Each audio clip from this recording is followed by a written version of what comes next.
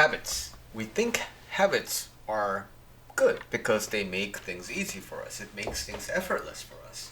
And we want to make good habits. But, starting a new habit is hard.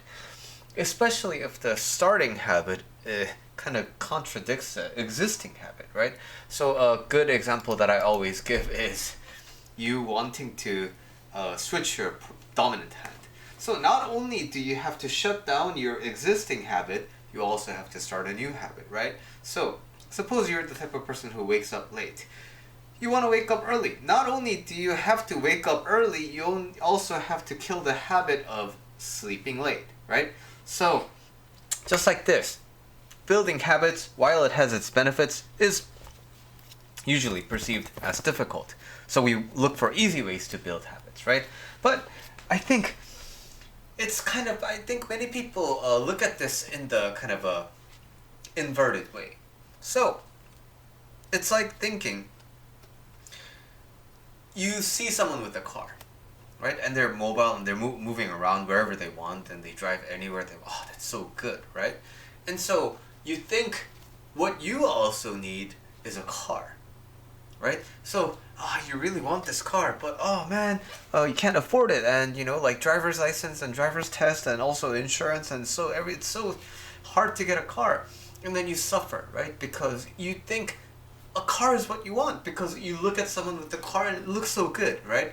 But what's the point of the car? It's to get around, right? So we lose sight of the fact that we can get around places even without a car. So we fixate on the externally visible thing that we see, which is the car, instead of actually looking at what is important, what is achieved with the car. So if it's a new habit you're trying to build, for example, suppose you're trying to wake up early, right? Then what exciting thing would require waking up early by default, right? Suppose you want to be the, first person to eat a McMorning meal, right? Or there's this really nice breakfast, a bagel place that you want to go to. So you can wake up and then you can just go to that bagel place. But wouldn't it be really nice to wake up and then get your workout done and then so have the entire day to do whatever else, but after you're done working out, you're pumping that steel, and then you're like, oh man, wouldn't a breakfast bagel be really great at that time? So when you set out to do exciting things, so for example, I surf at 6 a.m., right?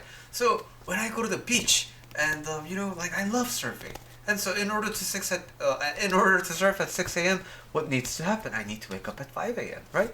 So just like that, I don't look at the waking up portion. I look at the things that I want to achieve, and then all the other things just kind of fall into place. And externally, what other people see is, oh, Billy has a habit of waking up at 5. But it's kind of the other way around. I'm focusing on what I really want to do. Habits just kind of follow through based on what I want to do with my life. And I would love for you to focus more on what do you want, what changes do you want to start introducing into your life, what new things do you want to try out with your life. That is, I think, something I would be happy to discuss with you and cultivate.